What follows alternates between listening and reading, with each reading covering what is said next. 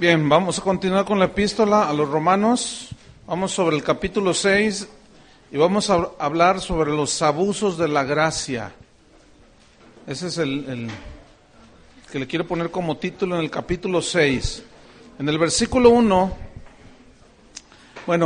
después de que Pablo argumenta sobre el pecado del hombre y su redención por Cristo, en el capítulo 6, que vamos a empezar a leer, Pablo empieza a argumentar sobre la santidad del cristiano. Comienza a hablar sobre la santificación del cristiano.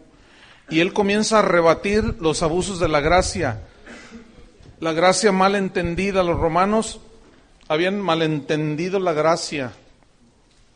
Y en el versículo 1 del capítulo 6, Pablo hace una pregunta. A ver, ¿qué pues diremos? ¿Perseveraremos en el pecado para que la gracia abunde? ¿Por qué les hace esta pregunta? Porque algunos cristianos en Roma habían mal entendido Romanos 5:20, que decía o que dice que cuando el pecado abundó, sobreabundó la gracia. Entonces su lógica estaba bien torcida y ellos pensaban que pecar glorificaba a Dios, porque la gracia aumentaba, imagínense. Ellos decían, somos libres para hacer lo que queramos, porque pecar hace que la gracia de Dios crezca. Fíjate nomás. Ellos decían, a mayor pecado, mayor gracia. Porque, fíjate, porque Pablo dijo, porque cuando abundó el pecado, sobreabundó la gracia. ¿Pero a qué se refiere? ¿A la abundancia de los pecados del mundo? Fíjate, que no hay ningún, por más acumulados que hayan sido, la gracia de Dios siempre es más grande que la abundancia de los pecados, sobreabundó la gracia. Y ellos lo mal entendieron, como muchos cristianos hoy. Si Dios se complace entonces en perdonar al pecador, decían, no importa que pequemos, porque pues Dios está dispuesto a demostrar más gracia. Mientras más peco yo, más gracia me da. Fíjate nomás. Hubo un monje, habrán oído de él, en el siglo XIX, llamado Rasputín. ¿Han oído de él? Era terrible ese tipo. Ese era un monje ruso. Y él pensaba, y él decía, entre más peca una persona, más gracia recibe de Dios. Le dieron todas las enfermedades sexuales de aquel tiempo, le dieron a él. Era un promiscuo, pero impresionante. Él decía, mientras más pequemos, más oportunidad le damos a Dios para que se glorifique. Porque nos imparte su gracia. O sea, yo peco mucho y Él me da más gracia. Fíjate nomás. Entonces, hay dos extremos que debemos de considerar aquí. Uno es el legalismo, ese es un extremo, y el otro es el libertinaje. Vamos a hablar un poco del legalismo. ¿Qué es el legalismo? Es asegurar nuestra salvación por un evangelio de obras, cambiar el evangelio de la gracia con rituales, códigos de conducta que son estrictos, es decir, hacer buenas obras para cuidar la salvación que nos fue regalada, cosas externas, ponte, quítate, si no vienes, si no vas, si no das, entonces se cae en un legalismo, ¿sí? Y ese es un extremo. Convertir el evangelio de la gracia a un evangelio de obras. Ese es un extremo. Y el otro es el libertinaje, que es un abuso de la gracia.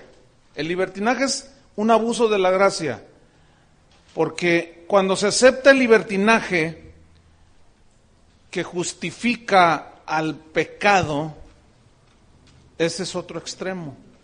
Por ejemplo, fíjense, para no irnos muy lejos, no voy a decir nombres, pero les voy a decir nada más esto. Aquí en Guadalajara hay algunas iglesias que legalistas, ¿Conocen algunas?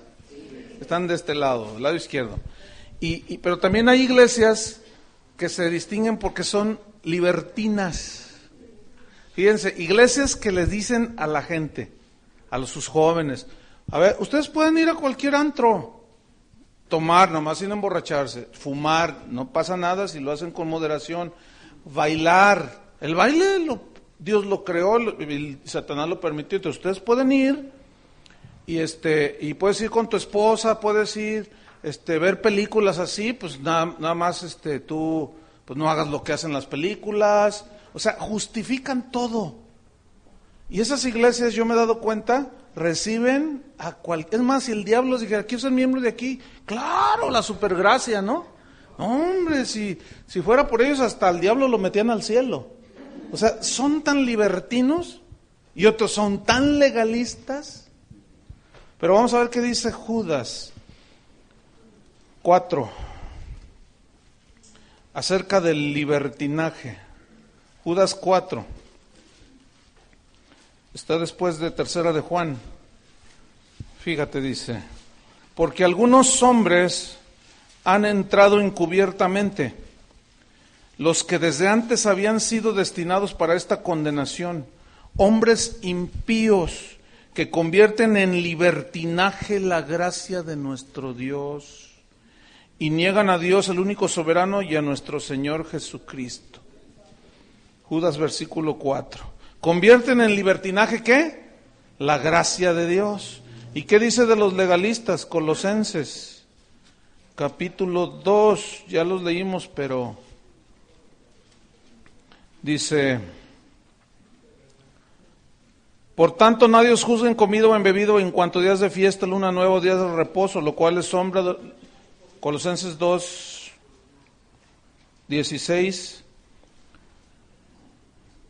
Todo lo cual es sombra de lo que ha de venir, pero el cuerpo es de Cristo. Nadie os prive de vuestro premio, afectando humildad, culto a los ángeles, entrometiéndose en lo que no ha visto, vanamente hinchado por su propia mente carnal. Dice en el versículo 20, pues si habéis muerto con Cristo en cuanto a los rudimentos del mundo, ¿por qué volvéis, como si vivieseis en el mundo, os sometéis a preceptos tales como no manejes, ni gustes, ni aun toques, en conformidad a mandamientos y doctrinas de hombres, cosas que todas se destruyen con el uso? Tales cosas tienen a la verdad cierta reputación de sabiduría en culto voluntario, en humildad y en duro trato del cuerpo, pero no tienen valor alguno contra los apetitos de la carne. Por un lado el legalismo, ¿sí? Y por otro lado el libertinaje, ¿sí? Entonces, Pablo nos enseña a no caer en ninguno de estos dos extremos. Escuchen, ni el legalismo ni el libertinaje. El equilibrio es mejor. ¿Ah? En la gracia todos caben, ¿están de acuerdo? ¿Sí o no? En la gracia todos caben. Pero Dios sigue siendo justo y sigue castigando el pecado. ¿Cómo que? Pues no importa. Oiga, fíjese que pues yo vengo de tal iglesia y como esa iglesia, una de esas iglesias que hay aquí en Guadalajara, tiene entre sus miembros a alguien que salió de aquí, que fraudeó a medio mundo, que si haces la cuenta de todo lo que les robó y los defraudó y todo, se hace casi 1 millón de pesos. Y yo le dije al pastor, ¿y sabes qué me dijo el pastor? Ay, ¿quién no falla? No, pues ahí le vamos a dar chance. Oye, sí, está bien, yo sé que la gracia de Dios sobreabunda y perdona, pero Él tiene que restituir lo que fraudió. ¿O no? O sea, nada más ven una parte, entonces se convierte en un libertinaje total. No, pues olvídate, ¿no? Ahí, hasta 1/4 de fumadores tienen. O sea, que si tú quieres fumar, bueno, ve y ahí tenemos 1/4. Ahí tú puedes, echarte tu cigarrito. Aunque no me lo crean, ¿eh? Algunos ahora que salen en misiones me han dicho, yo no creía que de cosas que nos dicen, pero ya lo hemos visto. ¿Sabes que yo les voy a echar mentiras? ¿Qué gano con decirles mentiras? No, hermanos. Entonces, Pablo dice, no, mira. En la gracia todos cabemos, pero Dios sigue castigando el pecado. En los no cristianos, pues olvídense, muerte eterna. Pero en sus hijos, disciplina y azota al que recibe por hijo. ¿Cómo no? Y lo disciplina y lo castiga, claro que sí. y corres el riesgo de perder tus galardones. Entonces, no, ni legalismo ni libertinaje, un equilibrio. Entonces Pablo comienza a hablar de la santidad del cristiano. Es decir, el cristiano que no está marcado por un anhelo de santidad. ¿Qué es santidad? Apartarse del pecado. Todo cristiano, todo aquel que se diga cristiano, que no está marcado por un anhelo de santidad y por un anhelo de alejarse del pecado, no puede decir que es salvo. Yo tengo mis dudas cuando estos libertinos de la gracia dicen, no, pues pueden pecar, hacer lo que quieren, como un apostolillo que vino aquí a predicar a una de esas iglesias, que dijo, no, ustedes pueden hacer ahora lo que quieran, ya no están bajo el juicio de Dios. Yo ahorita puedo irme con una prostituta y no pasa nada. No, pues imagínate. Otro fue y predicó a una iglesia aquí también y dijo, no, pueden tomar, pueden divertirse. No, hombre, al siguiente domingo llegaron todos crudos los hermanos, en serio. Y una esposa de uno de esos vino llorando conmigo porque yo conozco esa iglesia y quería que le aconsejara. Dice, hermano, tantos años orando para que mi esposo se convirtiera, se convirtió, dejó todo eso, pero llegó este apóstol y dijo eso. Fíjate nomás. Entonces, hermanos, los van a escuchar ustedes, un día, de alguna manera, ya andan por ahí. Entonces, tienen una manera tan sutil de presentártelo que convencen a muchos. Así es que, bueno, ahí ya, pues yo tengo muchas dudas de alguien que dice, bueno, una vez salvo, ya salvo, y puedo hacer lo que quiera. Yo tengo mis dudas. Porque justamente lo que produce la justificación es un anhelo de santificación. Ciertamente ningún cristiano está exento de pecar, ¿estamos de acuerdo? O sea, todos pecamos.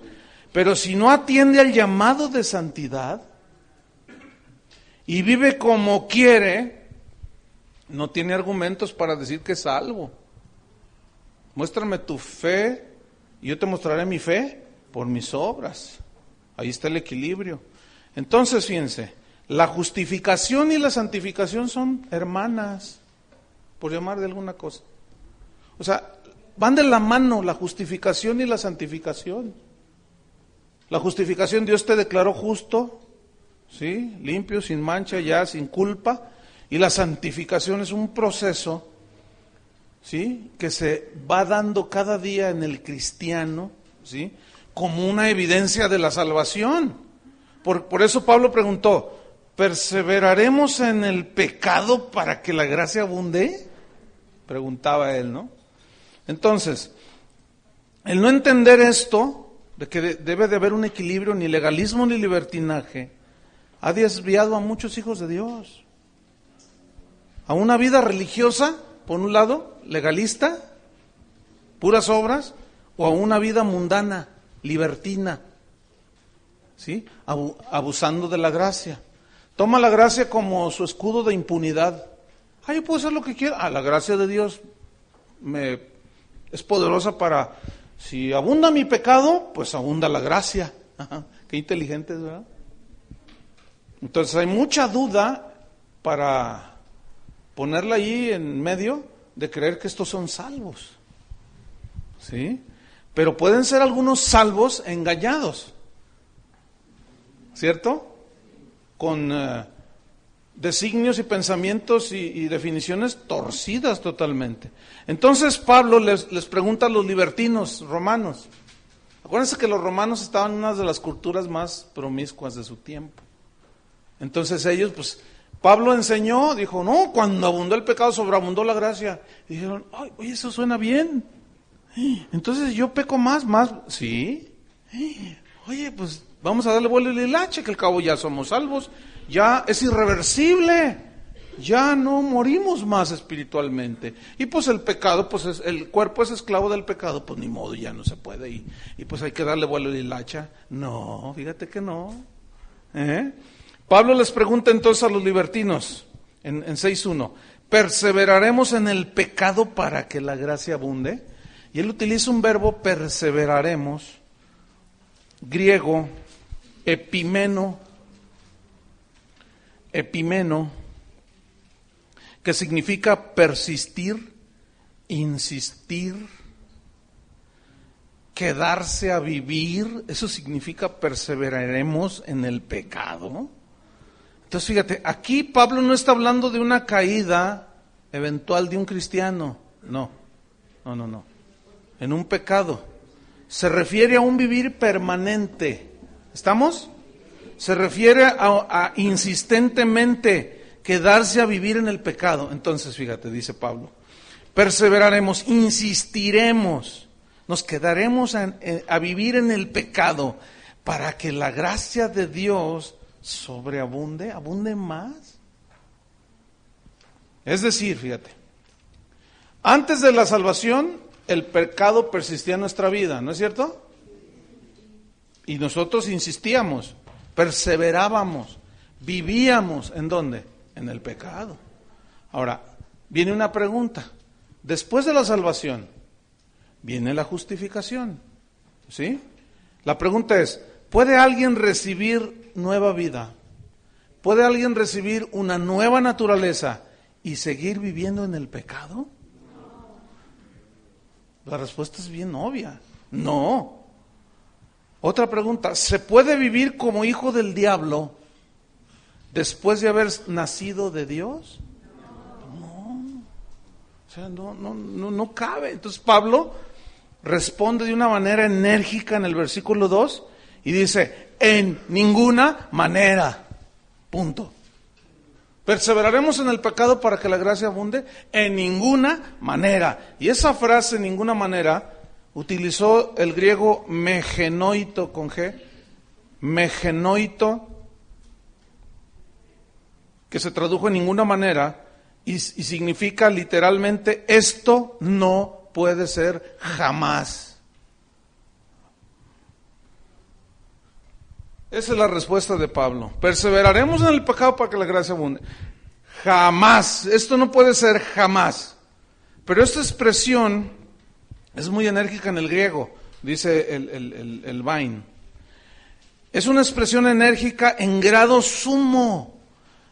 Enérgica de rechazo total en contra de algo. Terminantemente no. Imposible, dice. Entonces, sugerir que pecar glorifica a Dios es totalmente aborrecible. Es totalmente inaceptable por Dios. Pablo lo entendió y nosotros debemos entenderlo. Esos han sido desgraciadamente los abusos de la gracia, y así hay un montón. Hay cristianos que teológicamente están en lo correcto, sobre todo iglesias fundamentales como bautistas, presbiterianas, algunas metodistas que saben que efectivamente la salvación no se pierde, pero no les han enseñado el equilibrio. Y son bien mundanos, son de los más mundanos que hay, no todos obviamente, pero seguido yo me doy cuenta por hermanos que dicen, oye, conocí a un cristiano, pero pues tiene un amante. ¿Cómo? Pues no es cristiano. No, sí, eso hasta diácono de una iglesia bautista. No puedes. Claro, yo sé de dónde viene todo eso. De que la salvación no se pierde, entonces, bueno, pues son los apetitos de la carne. Bueno, pues es la carne vendida al pecado. Entonces, pues podemos pecar y no nos pasa nada. Esos son los cristianos libertinos. Pero también hay un montón de legalistas. Llega una señora toda asustada, ay hermano, me dijeron que me iba a ir al infierno porque no usaba falda hasta los tobillos. Y también ese es el otro extremo. No, el equilibrio. Entonces, fíjate bien, Pablo entiende perfectamente que esto es aborrecible. Por lo tanto dice, en ninguna manera, dice. Entonces, él en el mismo versículo les lleva a seguirles preguntando a los romanos. Dice, en el versículo 2, después de que les dice tajantemente, de ninguna manera, y les dice, porque los que hemos muerto al pecado, y les hace otra pregunta, ¿cómo viviremos aún en él? Entonces, Pablo establece aquí una de las verdades más digamos, medulares en el asunto de la gracia y la justificación. Hemos muerto al pecado. Los que hemos, ¿qué? Muerto al pecado.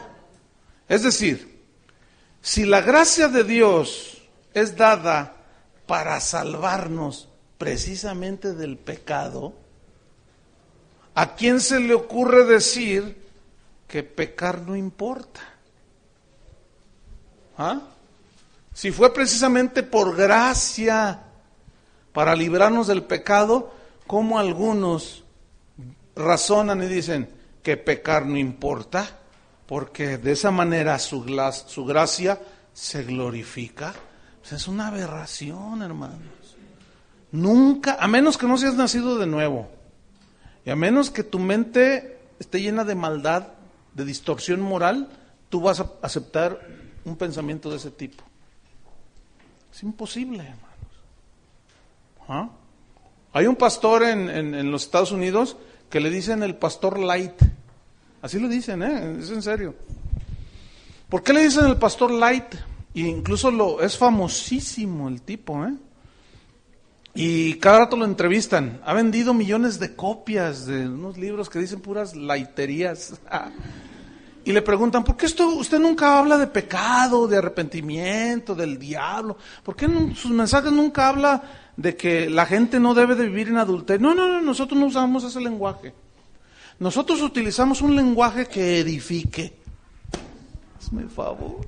Un lenguaje que edifique a la gente. Porque la gente viene del mundo para luego decirle a uno que son pecadores y que tiene... No. Nosotros les enseñamos cómo prosperar en la vida, lo que Dios quiere hacer por ellos.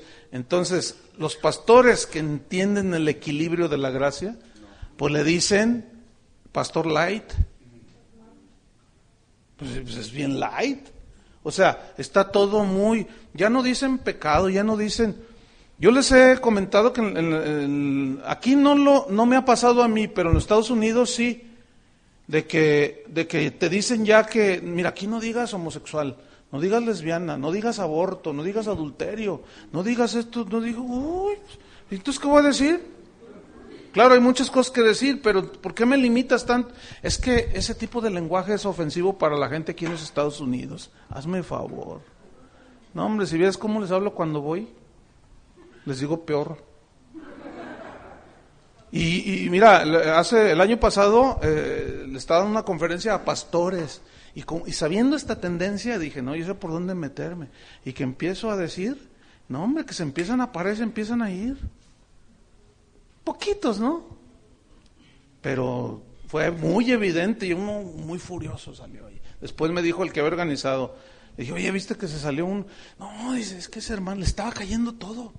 Ese hermano es bien superficial, ese hermano es como de esos motivadores, esos no hablan de pecado y que la sangre de Cristo, miren, en las letras de las canciones ya no mencionan la sangre de Cristo. Tú dices, ¿a dónde vamos a llegar? Bueno, ese es el cristianismo light, esa es la supergracia, ¿entienden? O sea, no, pues tú dale duro que al cabo, pues gloria a Dios. y no. Entonces Pablo dice, los que hemos muerto al pecado... Ahora, un muerto,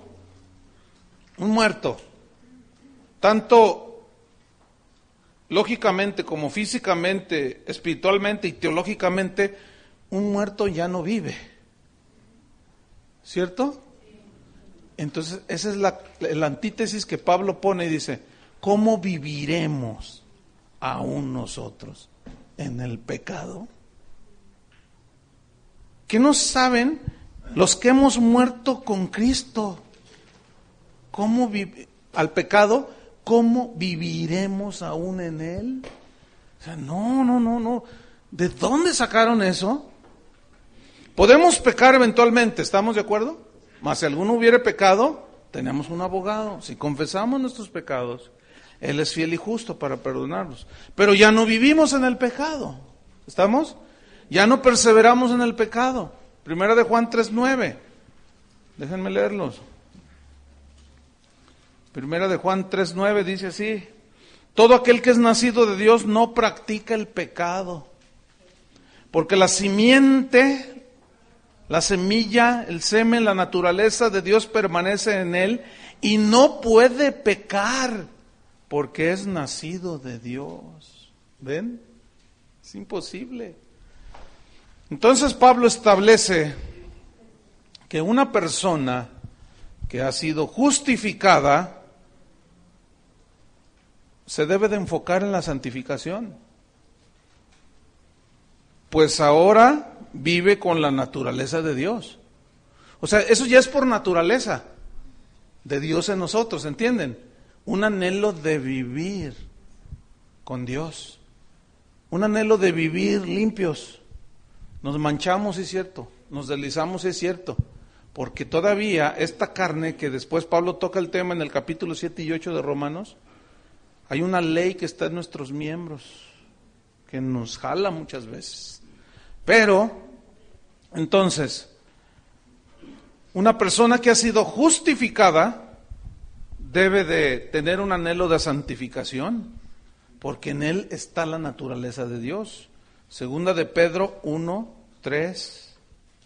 Segunda de Pedro 1:3. Ya lo habíamos leído, pero ahí va otra vez.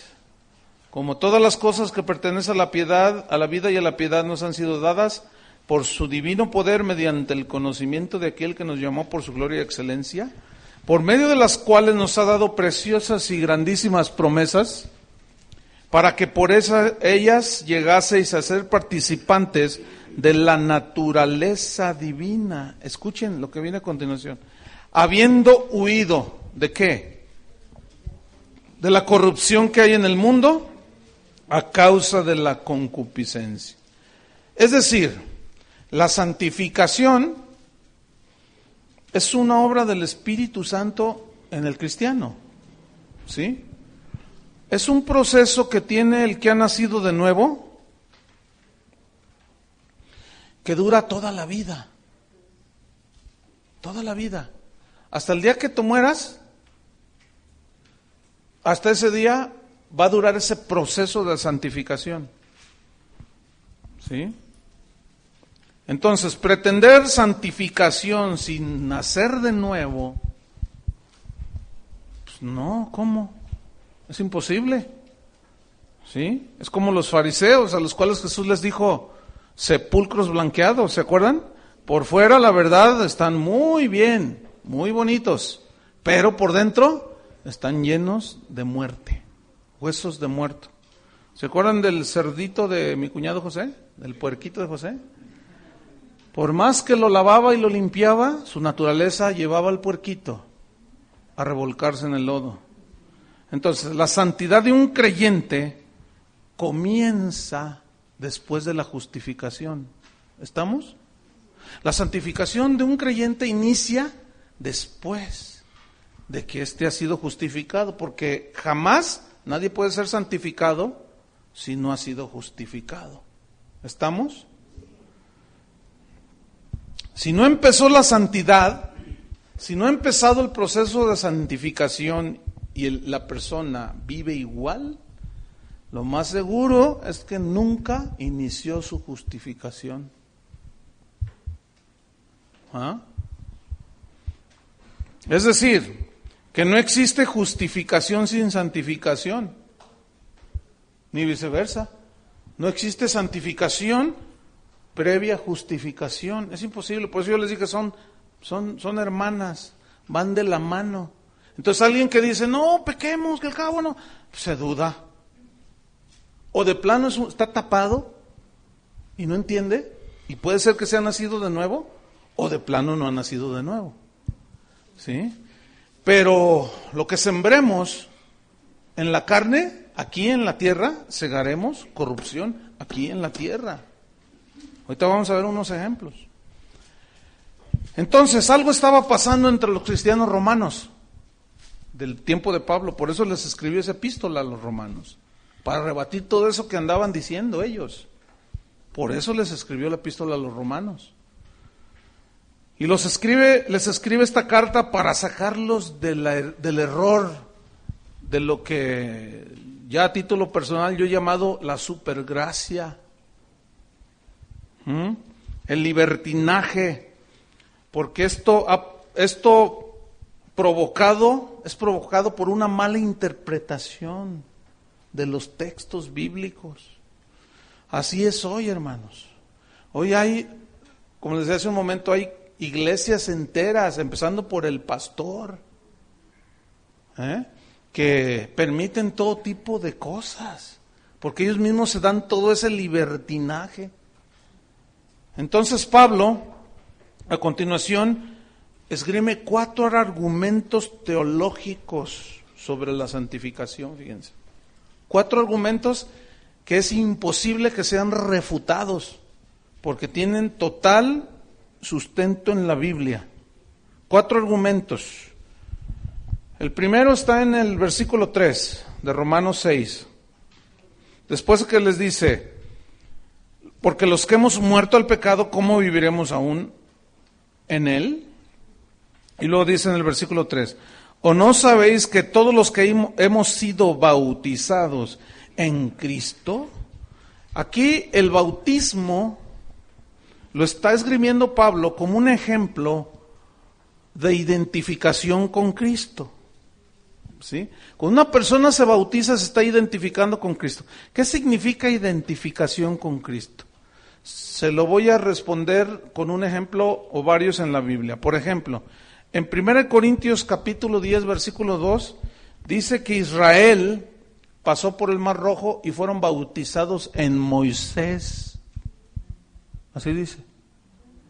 Dice que Israel fue bautizado en Moisés. ¿Qué significa que fueron bautizados en Moisés? Que la identificación de Israel con Moisés, su líder, fue total. Es decir, Moisés reconocía a Israel como el pueblo de Dios. El pueblo de Dios reconocía a Moisés como el líder de Dios, el libertador de Israel. Entonces se hicieron uno, ¿sí? Y así como se rebelaron contra Moisés, también a veces hay hijos de Dios que se rebelan contra Cristo.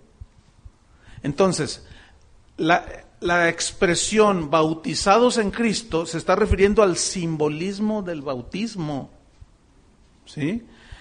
Entonces, así nosotros con Cristo, por medio del bautismo, al ser sumergidos con Él, fuimos cubiertos de Él, nos identificamos con Él. Él nos reconoce como sus hijos, nosotros nos reconocemos como nuestro Dios, ¿entienden? Él nos reconoce como pueblo de Dios, nosotros lo reconocemos como el Mesías, como el Cristo, y nosotros nos sujetamos y reconocemos que Cristo es el Mesías. Por eso Pablo dice, ¿o no sabéis que los que hemos sido bautizados en Cristo? Porque bautismo significa literalmente sumergirse.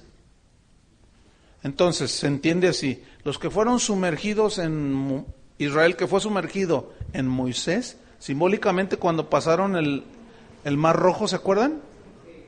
Ok, simbólicamente nosotros, tú y yo, cuando fuimos bautizados, fuimos sumergidos ¿en quién? ¿Identificados en quién? En Cristo.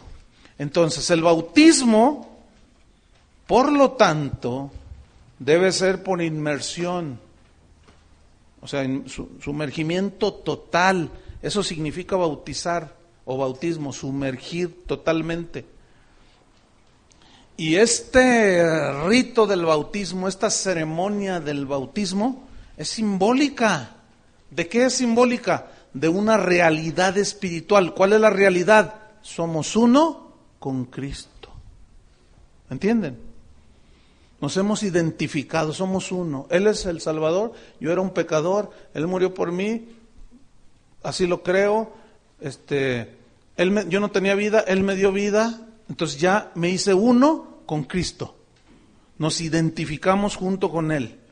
Entonces, Gálatas 3:27, fíjate lo que dice. Se los voy a leer, no lo buscan. Ustedes nada más escúchenlo, anótenle, porque luego no alcanzan a anotar. Dicen que hablo muy rapidito y no. A ver, Gálatas 3:27 dice así. Porque todos los que habéis sido bautizados en Cristo, de Cristo estáis revestidos. ¿De qué estamos revestidos? ¿De quién? De Cristo. Ahora fíjate. En base a esta verdad que Pablo acaba de establecer, este argumento, estamos revestidos de Cristo, somos uno con Cristo. En base a esta verdad es que Pablo reprueba contundentemente, fehacientemente, la inmoralidad sexual. ¿Entienden? Que algunos cristianos romanos habían malentendido. Pero ¿saben que también los cristianos corintios malentendieron? 1 Corintios capítulo 5. 1 Corintios capítulo 5. Versículo 1. De cierto se oye que hay entre vosotros fornicación. Y tal fornicación cual ni aun se nombra entre los gentiles, tanto que alguno tiene la mujer de su padre, incesto. Y vosotros, les dijo, incluyendo los líderes principalmente, estáis envanecidos. ¿Qué habían hecho? Nada, no hicieron nada. Pues la gracia abunda, gloria a Dios. No, pues ¿quién no peca? ¿Quién no falla? A un pastor le dijeron, oye, ¿tu líder ese que pusiste? Pues al pastor Light ese que les dije. Cuando le dijeron que uno de sus pastores es homosexual, dijo, bueno, pues ¿quién no tiene cola que le pisen? ¿Quién no falla? ¿Quién no? Pues todos tenemos un pasado. No, pero él es practicante. Bueno, es su debilidad. Yo puedo tener la debilidad de chismear y a fin de cuentas es lo mismo. Tú dices, santo. Santo Dios. ¿Qué onda con eso? Entonces dice, están envanecidos. ¿No deberíais más bien haberos lamentado? Para que fuese quitado de en medio de vosotros el que cometió tal acción, quitado de vosotros. Disciplina en la iglesia. El pecado necesita ser disciplinado en la iglesia. Versículo 3. Ciertamente yo como ausente en cuerpo, pero presente en espíritu, ya como presente he juzgado al que tal cosa ha hecho. Aquí la palabra juzgado, la palabra griega que se tradujo juzgado, significa decidir castigar. Yo he decidido castigar al que tal hizo. Así se lee. Versículo 4. En el nombre de nuestro Señor Jesucristo, reunidos vosotros y mi espíritu con el poder de nuestro Señor Jesucristo. Escuchen el 5. El tal sea entregado a Satanás para destrucción de la carne, a fin de que el espíritu sea salvo en el día del Señor. ¿Ven que la salvación no se pierde? ¿Pero un cristiano se puede caer en un pecado? Sí, pero ese pecado, ¿qué necesita? Disciplina, que lo sienten. Si no entiende, que lo expulsen. Ciertamente su salvación está segura. Pero qué vida tan mediocre aquí en la tierra. No, dice, el tal se ha entregado a Satanás. ¿Qué significa entregado a Satanás? Cortado de la comunión de la iglesia. Por eso cuando los cristianos no entienden esto, al no ser enseñados no lo entienden. Pero aún, aunque sean enseñados, cuando ven que se disciplina a alguien en la iglesia, lo primero que sacan, ahí no hay amor. Ay, no hay amor. Como si ellos no pecaran. Como si si todos pecamos, pero hay gravedad en los pecados, hermanos. ¿No? Pero discernimos mal, decimos, agarrar 5 pesos es lo mismo que agarrar 20 millones de pesos. ¿Por qué es robar? Sí, pero la gravedad no es la misma. ¿Sí o no? Hasta está tipificado en los códigos. ¿Sí? Hay homicidio imprudencial, doloso, con las 3 agravantes, alevosía, ventaja y no sé cuánto rollo, el otro se me fue. Hay un montón de tipificaciones de lo que es un homicidio y son distintos. Homicidio culposo, son distintas penas porque los agravantes son distintos. Todos, vamos, órale. Entonces, fíjense, es lo mismo con el pecado. Hermanos, no es lo mismo, es pecado y corta comunión, pero el castigo es mayor o menor. La disciplina es mayor o menor según la gravedad del pecado. Y yo he escuchado predicadores cristianos decir, pecado es pecado y es lo mismo. Sí, pero la gravedad sí difiere. ¿Sí o no? Fíjate. Y ellos toman estos versículos y dicen, el que odia a su hermano es homicida. y el que mata es homicida. Entonces, para Dios es un homicidio odiar. Sí, para Dios el pecado corta, un pecado chiquito, un pecado grande. Pero ¿cuándo has visto que a alguien metan a la cárcel por odiar? Ahí está. Entonces, sí hay, o sea, se daña a la persona que odia, pero si ese odio sale y quita la vida, ya no es lo mismo. No, tenemos que, bueno, pues toda nuestra vida vamos a tener que estar bien atentos a lo que dice la palabra de Dios, siempre estudiando, siempre buscando a Dios, que Él nos revele, para tener pensamientos equilibrados. Entonces, ¿dónde nos quedamos? A ver. Estamos revestidos de Cristo. Estamos con este hombre que fue entregado a Satanás para destrucción de la carne a fin de que su espíritu sea salvo en el día del Señor. ¿No es buena vuestra jactancia? ¿No sabéis que un poco de levadura leuda toda la masa? ¿Contamina? Limpiaos pues de la vieja levadura para que seáis nueva masa, sin levadura como sois, porque nuestra Pascua, que es Cristo, ya fue sacrificada por nosotros. Así que celebramos la fiesta. Sí, hay que hacer fiesta, pero no con la vieja levadura. ¿Ven? ¿Y qué es levadura aquí? Pecado. Pues ¿cómo que sí pueden irse a los antros y tomar y fumar? Pues, espérame, pues ¿qué no nos sacó de ahí el Señor? Pues, ¿cómo hay algunos pastores que le dicen a su gente que sí se puede? En fin, ¿qué más? Celebremos la fiesta, pero no con la vieja levadura, ni con la levadura de malicia y de maldad, sino con panes sin levadura de sinceridad y de verdad. Os he escrito esta carta que no os juntéis con los fornicarios, no absolutamente con los fornicarios de este mundo, o con los avaros, o con los ladrones, o con los idólatras, pues en tal caso sería necesario salir del mundo. Los corintios habían entendido mal. Más bien, dice, os escribí, que no os juntéis que ninguno que llamándose hermano fuese fornicario, o avaro, o idólatra, o maldiciente, o borracho, o ladrón, con el tal ni aun comáis. ¿Se fijan el balance de la gracia? ¿Ah? O sea, la gracia no es permisiva de hacer lo que tú quieras. No, la gracia conlleva también la aplicación de la justicia de Dios, en el sentido que el que viole la ley de Dios sigue teniendo consecuencias, necesita ser disciplinado. Entonces, porque si no, bueno, pues la gracia de Dios me recibe, pues sí te recibe, si te arrepientes.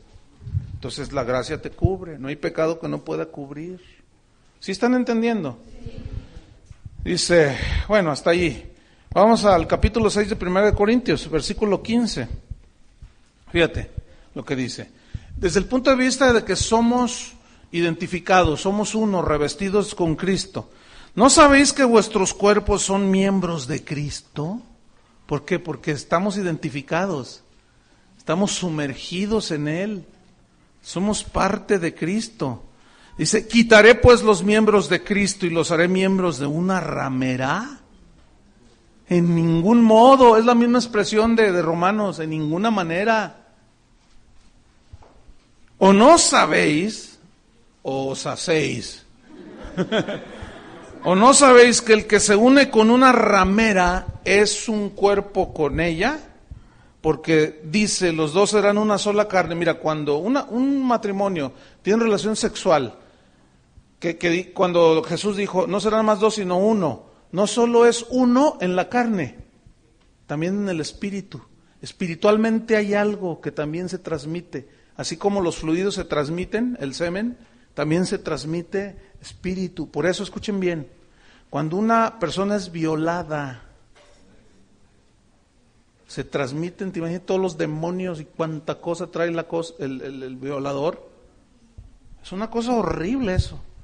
Entonces imagínate una prostituta que se ha acostado con 1000, que le han transmitido de todo.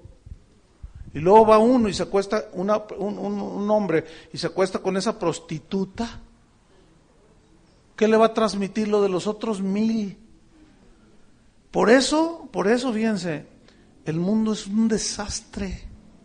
Pero esto, obviamente, los psicólogos, pues no, al contrario, te dicen, te sientes mal, que tu esposo te... agárrate otra. Es más, vete y consíguete una muchacha en Acapulco. Ahí para desahogarte un poco y que te la pases bien y ya el estrés se te baje. Dice. Y ya se equilibre tu... quién sabe qué rollo, dice. Y se ponen peor. Entonces dice, ¿no sabéis que... ¿estoy en el 15? Quitaré pues los miembros de Cristo y los haré miembros de una ramera, de ningún modo. ¿No sabéis que el que se une con la ramera es un cuerpo con ella? Porque dice, los dos serán una sola carne, pero el que se une al Señor, un espíritu es con él. Huid de la fornicación. Cualquier otro pecado que el hombre cometa está fuera del cuerpo, mas el que fornica contra su propio cuerpo peca. ¿O ignoráis que vuestro cuerpo es templo del Espíritu Santo, el cual está en vosotros, el cual tenéis de Dios y que no sois vuestros? Porque habéis sido comprados por precio. Glorificad pues a Dios en vuestro cuerpo y en vuestro espíritu, los cuales son de Dios. Aquí espíritu se refiere a mente, ¿eh? Entonces, es clarísimo en la Biblia. Entonces Pablo les dice, ¿no sabéis ahí en Romanos? ¿No sabéis? En otras palabras está diciendo, ¿acaso no saben el significado del bautismo? Porque él está esgrimiendo el argumento del bautismo para ilustrarles lo que son en Cristo. Que cuando ellos se bautizaron, estaban simbolizando, ¿qué? Esos 4 argumentos que Pablo les recuerda. El número 1, bautizados en Cristo. ¿Ya se han olvidado qué simbolizaron cuando se bautizaron? Esa sería una paráfrasis de la misma pregunta. ¿Ya se les olvidó qué simbolizaron cuando se bautizaron? Que estaban muertos al pecado y que se identificaron con Cristo. Entonces, ¿cómo es que algunos de ustedes andan diciendo que peque más gracia? Que Dios todo lo permite, que Dios todo nos va a pasar por alto. No. Lo lógico es que hay cristianos, no lo lógico, más bien lo trágico. Lo trágico de todo esto es que hay cristianos que atribuyen al bautismo en sí mismo poder de salvación. Les iba a traer un correo que me llegó de alguien que estuvo aquí en casa de oración. Dice, pastor, mira, con todo el respeto y cariño, pero pues creo que están mal ahí en casa de oración. Y seguí leyendo, dice, ¿qué no sabes que el bautismo, si no los bautizas, dice, no se salvan? O sea, el típico legalista, ¿sí? Y que lo que hacen las panderistas allí cuando danzan son ritos. O sea, se contradice el pobre muchacho, ¿no? Entonces yo le dije, mira, pues qué bueno que sigues a Dios, pero qué lástima que estás interpretando la Biblia, digo, de una manera totalmente equivocada.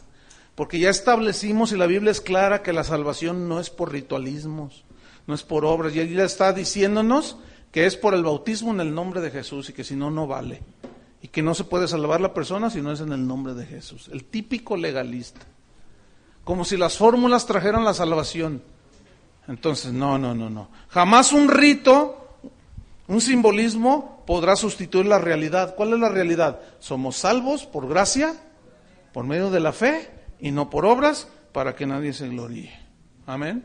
El segundo argumento que Pablo habla a favor de la santificación del creyente, primero es, somos identificados con Cristo. El segundo es, somos bautizados en su muerte y en su resurrección. Somos identificados, sumergidos en su misma muerte y en su resurrección. En el versículo 4.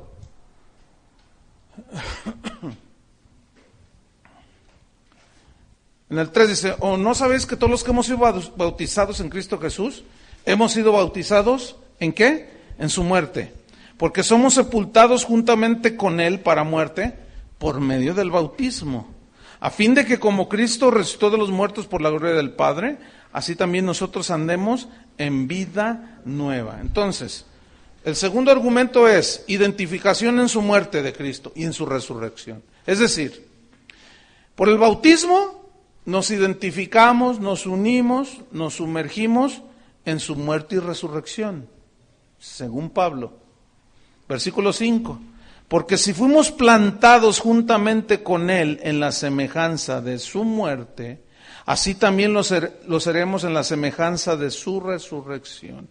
Es decir, escuchen, en Cristo tú y yo estábamos en la cruz, representados allí, ¿no es cierto? En Cristo morimos junto con Él en la cruz hace 2000 años,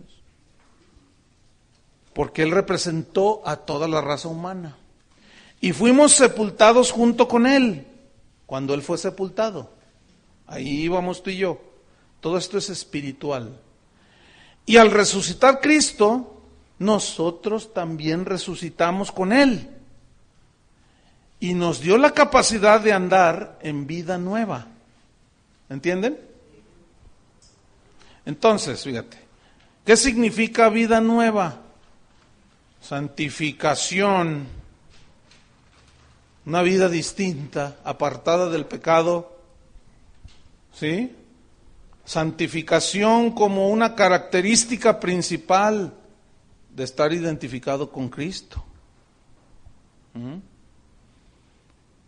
Ya ven que la Biblia dice que tenemos un corazón nuevo, un espíritu nuevo, cantamos un cántico nuevo, somos nuevas criaturas, somos nueva creación.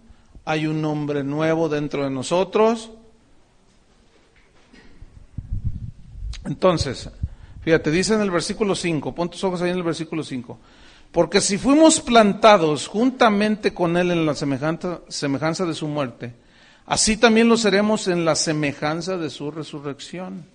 En otras palabras, escuchen, cuando murió la vieja vida, o la vida vieja corrupta, nació una vida nueva. ¿Estamos? Cuando Cristo murió en la cruz allá, tú estabas ahí. Murió. Cuando lo bajaron de la cruz y lo sepultaron, allí ibas tú, representado. Todo eso sucedió y se aplica cuando tú y yo creímos. Cuando Él resucitó, allí íbamos tú y yo. ¿Ven? Entonces, por eso la salvación es irreversible, pero la santificación es una consecuencia. Va de la mano con la justificación. Entonces todo eso, todos esos pensamientos de que se vale de todo y que no sé qué, no es verdad. Es una distorsión y es un abuso de la gracia.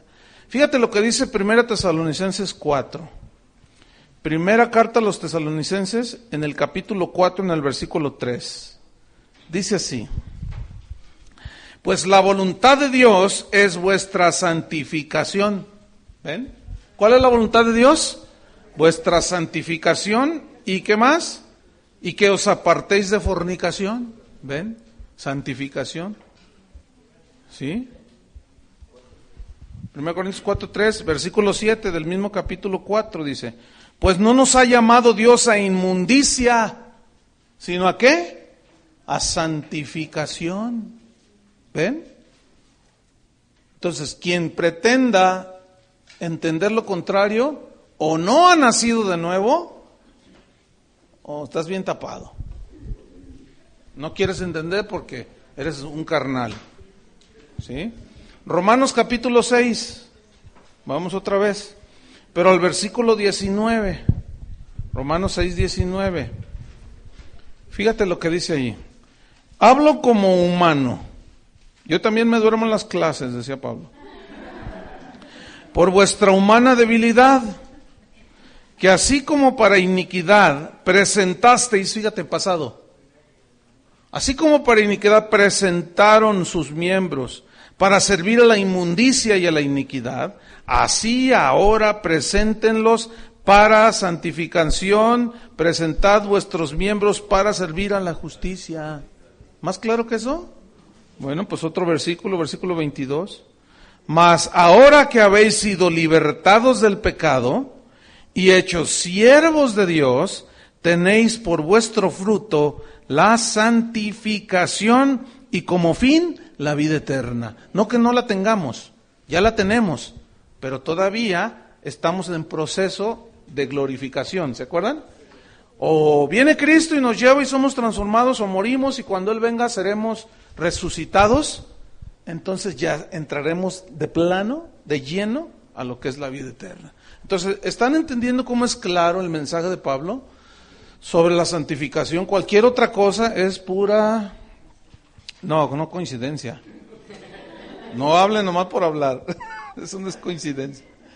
Es pura mentalidad carnal y pura diarrea verbal.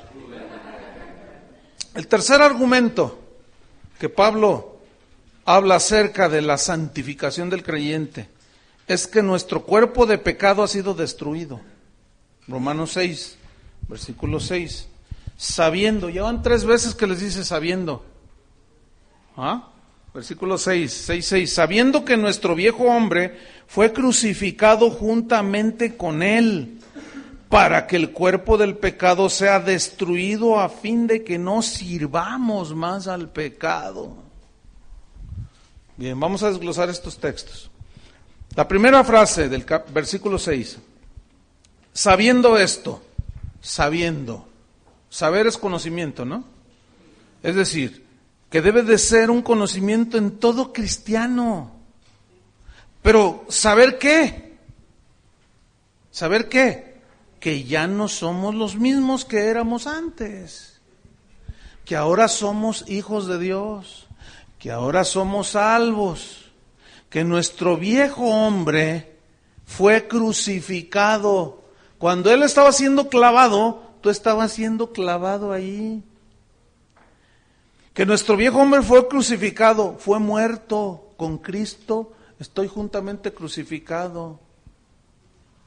Habiendo muerto en Cristo, en la cruz de Cristo, para que el hombre, su viejo hombre, fue crucificado, muerto, dice, y que sepan que todo esto sucedió y que todo esto, su viejo hombre, ha sido totalmente destruido. Viejo hombre, esa frase resalta, ¿no? ¿Qué es en la Biblia el viejo hombre? El viejo hombre es el no regenerado, es el hombre y la mujer adámica. Es la naturaleza que heredamos de Adán, esa tendencia hacia lo malo. Bueno, ¿qué sucedió con el viejo hombre? Fue crucificado con Cristo. Ahora, ¿qué trajo la crucifixión a Cristo? Muerte. ¿Y dónde estábamos tú y yo en Cristo? Con Él. Entonces, cuando nosotros creímos, se opera por la fe algo espiritual muy poderoso. ¿Qué?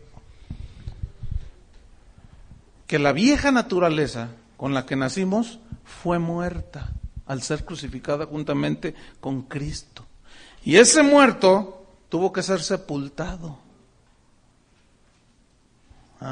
Ahora, ¿qué resucitó?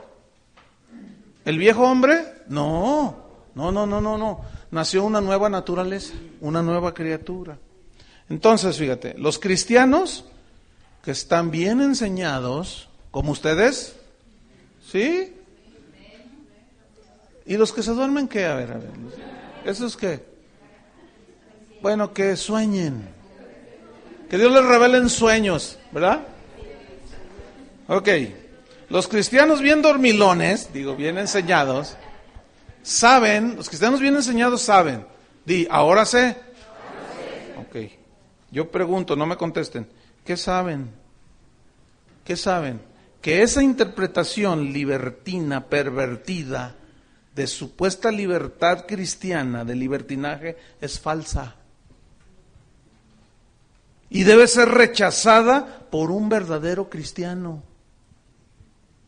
Debe ser condenada sin reservas por cada iglesia que se precie de ser cristiana.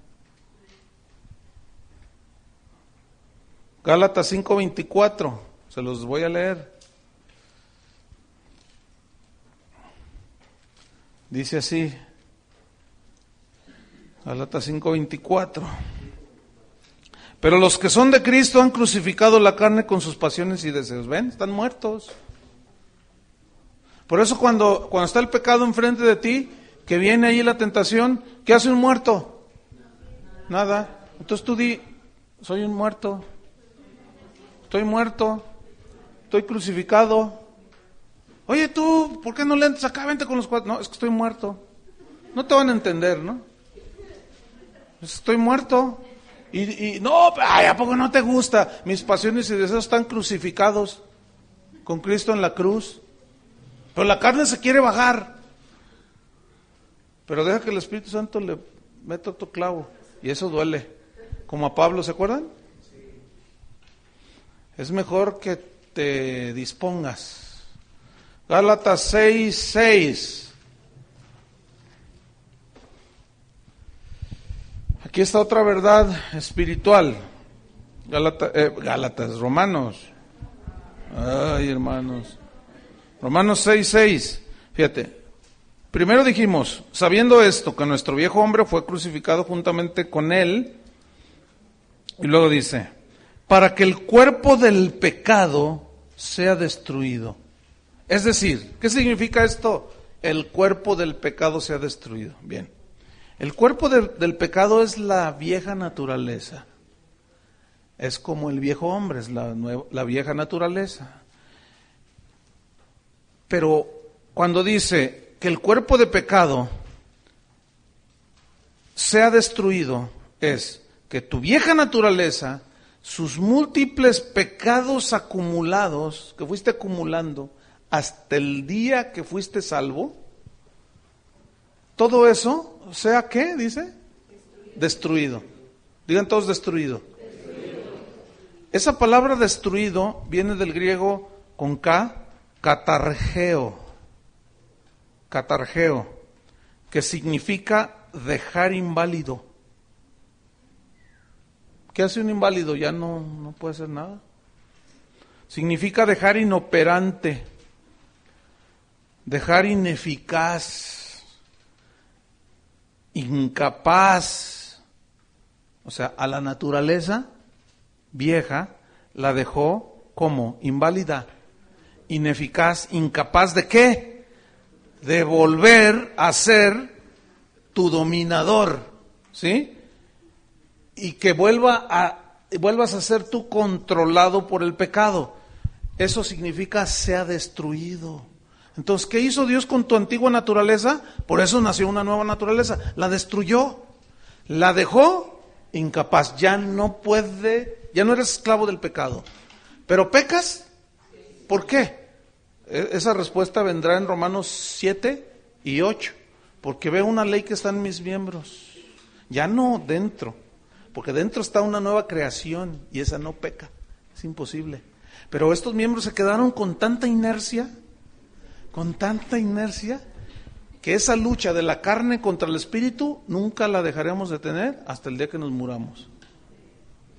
Por eso dice, no proveáis para los deseos de la carne, que batallan contra el alma. El que siembra para su carne, de la carne segará corrupción. No os engañéis, dice. Dios no puede ser burlado. Entonces, retomamos. Nuestro viejo hombre ha muerto. ¿Cómo están todos ustedes? ¿Cómo estamos? Muertos. Ya no ejerce su dominio, a menos que no seas nacido de nuevo.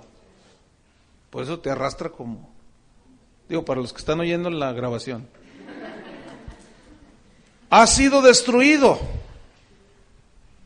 el cuerpo del pecado. Ha sido destruida la vieja naturaleza. Quedó incapaz, quedó paralizada, parapléjica. ¿Así se dice, Doc? Pero nuestra carne, nuestros miembros siguen con la inercia, ¿sí? Con la inclinación a pecar. Y como dije hace un rato, esa batalla va a durar hasta que seamos glorificados en el futuro. Pero yo quiero que recuerden lo que leímos la clase antepasada. A los que llamó, a estos justificó. A los que justificó, estos también santificó. Y a los que santificó, estos también glorificó. O sea, ya en el plan de Dios, Él ya te ve glorificado. Pero todavía no estamos. Estamos en el proceso de santificación. ¿Sí? O sea, ¿qué es el proceso de santificación? Ese solo dura aquí en la tierra. Que es cada vez más apartarnos del pecado, dejar de decir menos mentiras, hablar más con la verdad, dejar de criticar, ya no, ir dejando, esa es la santificación, ¿sí? Es apartarte cada vez más del pecado, y ese es un proceso que dura toda la vida. Yo les dije que le pregunté al hermano Pablo, hermano, usted ya no tiene luchas, ay, tengo más que tú, me dice. Que no se noten, es diferente. Pero escúchenme bien, un cristiano que se santifica cada día, fíjense, qué paradoja. Mientras más dejas el pecado, mientras más te santificas, vas descubriendo más debilidades en ti. Qué paradójico, ¿no? O sea, tú vence esa inclinación, por ejemplo, a mentir. Y tú dices, ¿cómo es la mente carnal? ¿Cómo son mis miembros? ¿Qué más tendrá? Tardan un proceso. Híjole, sí. Bueno, yo creo que todos pasamos ese proceso, los que somos nacidos de nuevo. Años duró el Señor tratando conmigo en áreas que ahora las veo y digo, ay, cómo Dios las fue quitando, las fue limpiando. Pero cada vez me doy cuenta, digo, ay, como que tengo más conciencia de la pecaminosidad de mis miembros. O sea, a veces leyendo la Biblia, ¿no les pasa a ustedes? Estás leyendo ahí, no, que Dios es bueno y santo, y de repente viene un pensamiento, no, que lo voy a matar. Y estás leyendo la Biblia, no, lo voy a descuartizar si me lo pone Dios enfrente. Y de pronto dices, ¿de dónde vino esto? ¿Se fijan? ¿Sí les pasa? ¿Y qué pensabas? Ay, solo a mí me pasa. A todos les pasa. Lo que sucede es esto, que estamos también en un proceso de santificación y desarrollando el dominio propio. Porque ciertamente el pecado ya nos enseñorea de nosotros. Yo ya no soy esclavo del pecado y estoy seguro que ni tú tampoco. Pero todavía luchamos, ¿no? Ayer hablaba con mi esposa y dice, ay, fíjate que una persona hizo esto. Y yo le dije, bueno, trata el asunto y llévala a lo que hay que llevarla, a un arrepentimiento y que reflexione y reaccione. Y dice, no, sí, yo sé que es una persona, pero falló. No es un pecado grave, pero es un pecado, pero no es de esos grandotes. Entonces le dije, mira, eso es una prueba, lo que le sucedió a ella, de que ella no es esclava del pecado. Porque ¿cuántos años tenía con una vida limpia, recta, y de pronto se resbaló? Esa es la prueba de que no somos esclavos del pecado, de que sí pecamos, porque todavía estamos en este cuerpo, pero ya no somos esclavos del pecado. ¿Tú eres esclavo? Yo no. A mí el pecado ya no me lleva a hacer lo que como antes, ni oponía resistencia siquiera. Pues ¿cuál resistencia? ¿Qué? Si esa era la naturaleza. Entonces, esa es una realidad en nuestras vidas. Aquí es donde entra nuestra tarea espiritual de santificación. ¿Ven? De la conciencia que debemos de tener de la santidad de Dios, y aquí es cuando el Señor ya ahora nos exige, sed santos porque yo soy santo. Porque ya tienes la naturaleza mía, que no peca, pero sigues teniendo tu lucha. Pero mira, Cristo fue tentado en todo según nuestra semejanza, pero sin pecado, por lo cual puede apiadarse de nuestras debilidades. ¿Ven? Y Dios no permitirá ser tentados más allá de lo que podamos resistir. Porque juntamente con la tentación, ¿qué viene? La salida. ¿Ven? O sea, la tenemos ganada.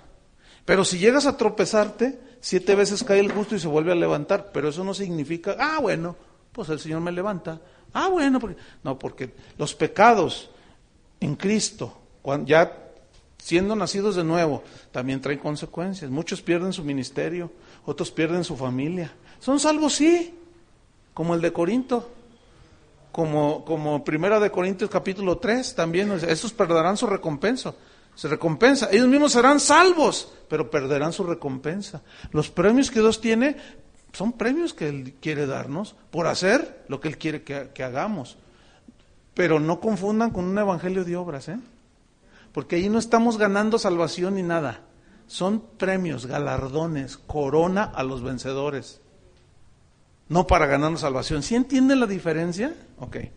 Entonces, para irnos sobre el final, en el versículo 6 mismo dice, fíjense, sabiendo esto, que nuestro viejo hombre, la antigua naturaleza, fue crucificada juntamente con él, para que el cuerpo del pecado sea destruido, dejado incapaz. Fíjense, ¿para qué? A fin de, con el propósito de que no sirvamos más al pecado. ¿Ven? Es clarísimo. Pablo entonces nos está enseñando esto, que un cristiano ya puede pecar, un cristiano, pero no debe ser su estilo de vida, porque ya no servimos más al pecado, ya no estamos bajo la esclavitud y la tiranía del pecado. Tú ya no estás obligado, si eres nacido de nuevo, a obedecer al pecado como antes. La esclavitud del pecado ha dejado de existir. Somos libres. Por eso, fíjate, Pablo les esgrime ese argumento. Bueno, ¿qué no sabéis? ¿Qué pues diremos? ¿Perseveramos en el pecado para que la gracia abunde? En ninguna manera. ¿O no sabéis que los que hemos sido bautizados en Cristo, identificados con Cristo, hemos sido bautizados en su muerte? Es decir, te identificaste. Él se murió, tú te moriste también. Y fuiste sepultado cuando Él fue sepultado. Y resucitaste cuando Él fue resucitado. Y tú fuiste plantado en su semejanza de muerte. Pero también como Él resucitó, tú resucitarás. Porque tu viejo hombre fue crucificado. El cuerpo de pecado, la naturaleza, quedó incapacitada para que ya no fueses más esclavo del pecado. Y finalmente en el versículo 8, 6, 8, en el 7 dice, porque el que ha muerto, ¿cuántos han muerto? ¿Ven? Ahí está, ha sido justificado del pecado. Y si morimos con Cristo, creemos que también viviremos con Él. Sabiendo que Cristo, habiendo resucitado de los muertos, ya no muere más, la muerte no se enseñoreará más de Él. Cristo murió al pecado una vez para siempre. ¿Cuántas veces tú mueres al pecado? Una. Escuchen esto. Si nosotros hemos muerto con Cristo, tenemos la total seguridad de que viviremos con Él. ¿Sí? Cristo murió al pecado por medio de en su muerte, en su cuerpo. Cristo murió no solo al pecado, sino también murió al poder del pecado. Porque el pecado lo llevó a Él a la muerte, nuestro pecado. Pero cuando resucitó, ciertamente, paso 1, Él murió al pecado y al poder del pecado, porque el poder del pecado no lo pudo dejar en la muerte. ¿Entienden? Cuando se resucitó Cristo, Él venció al poder del pecado. Y junto con Cristo, ¿quién resucitó? Tú y yo. Lo cual, Pablo argumenta y dice, entonces, ustedes han vencido y pueden vencer el pecado y el poder del pecado. Así como Cristo murió una sola vez, ya no muere más, así ustedes. Ya murieron al pecado una vez, ya no mueren más. Nacieron de nuevo una vez, ya no mueren más. Vivieron con Cristo para siempre, ya no mueren más. Son uno en Cristo. Terminamos leyendo Hebreos 7. Hebreos 7, versículo 26.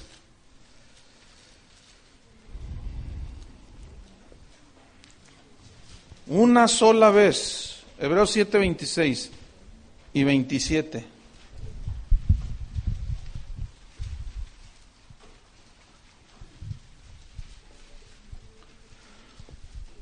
Porque tal sumo sacerdote nos convenía, santo, inocente, sin mancha, apartado de los pecadores y hecho más sublime que los cielos, que no tiene necesidad cada día, como aquellos sumos sacerdotes, los del Antiguo Testamento, de ofrecer primero sacrificios por sus propios pecados y luego por los del pueblo. Porque esto lo hizo una vez para siempre, ofreciéndose a sí mismo. Una vez para siempre. ¿Cuántas veces moriste entonces? Y una vez muerto ya no mueres más. ¿Cuándo has visto que un muerto se muera 2 veces? ¿Ven? Capítulo 9 de Hebreos, versículo 12. Y no por sangre de machos cabríos ni de becerros, sino por su propia sangre. Entró una vez para siempre en el lugar santísimo, habiendo obtenido, escuchen, eterna redención para los que han creído. ¿Tú has creído? Eterna redención. Es irreversible. Capítulo 10 de Hebreos. Versículo 10. En esa voluntad somos santificados mediante la ofrenda del cuerpo de Jesucristo. ¿Ven? Hecha una vez para siempre. Por eso es que la misa es una aberración teológica, porque es un sacrificio continuo del cuerpo y la sangre de Cristo. Primera de Pedro 3:18. Primera de Pedro 3:18 dice así: porque también Cristo padeció una sola vez por los pecados. ¿Cuántas veces? Una sola vez. El justo por los injustos, para llevarnos a Dios.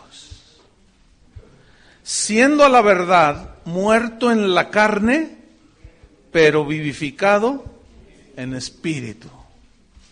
¿Cómo estamos nosotros? Vivificados, vivos en el espíritu.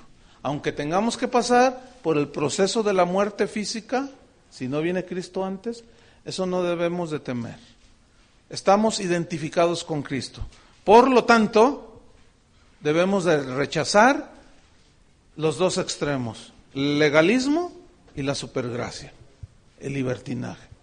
No, somos precisamente, la gracia abundó para levantarnos, dejarnos libres de la esclavitud del pecado, no para que hagamos lo que queramos, sino precisamente para dejar de ser esclavos del pecado. Amén. Bien, vamos a orar. Gracias te damos, Señor, por lo que tú has hecho en la cruz del Calvario y que tú nos dejaste solamente para el que creyese. Y nosotros tenemos fe y confesamos y creemos. Y queremos vivir conforme a esa fe, que hemos sido hechos libres de la esclavitud del pecado, porque hemos sido muertos, crucificados y muertos juntamente con Cristo. Y así como Él ya no muere más, después de haber resucitado, tampoco nosotros morimos más. Y ya no somos esclavos del pecado. Señor, guárdanos de todas estas interpretaciones corrompidas de hombres privados de la verdad, y que tú nos des sabiduría siempre, Señor, para tener este equilibrio de la gracia. En el nombre de Jesucristo te damos las gracias, Señor. Amén.